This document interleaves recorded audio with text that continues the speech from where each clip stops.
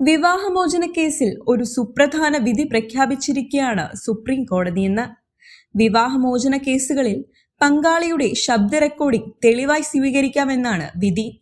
Justice BV Nagarathna, justice Satish Chandra Sharma എന്നിവരടങ്ങിയ ബെഞ്ചാണ് വിധി പുറപ്പെടുവിച്ചത്.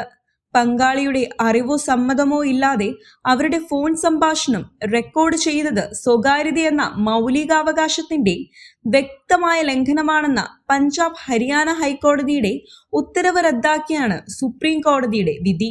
മൗലികാവകാശത്തിന്റെ പേരിൽ തെളിവ് മാറ്റി നിർത്താനാകില്ലെന്നാണ് വിധിയിൽ പറയുന്നത്. വിവാഹമോചന കേസുകളിലെ തെളിവ് ശേഖരണവുമായി ബന്ധപ്പെട്ട ആശയക്കുഴപ്പങ്ങൾ ഈ വിധിയോടെ അവസാനിക്കുകയാണ്. എന്നാൽ തെളിവ് നിയമത്തിലെ 122 വകുപ്പ് പ്രകാരം ഭർത്താവും ഭാര്യയുമായുള്ള സംഭാഷണം അവർ തമ്മിലുള്ള സ്വകാര്യ സംഭാഷണമാണ്. എന്നാൽ വിവാഹമോചന കേസിലാണെങ്കിൽ അതൊരു തെളിവായി കണക്കാക്കാമെന്നും സുപ്രീം കോടതി വ്യക്തമാക്കുകയായിരുന്നു.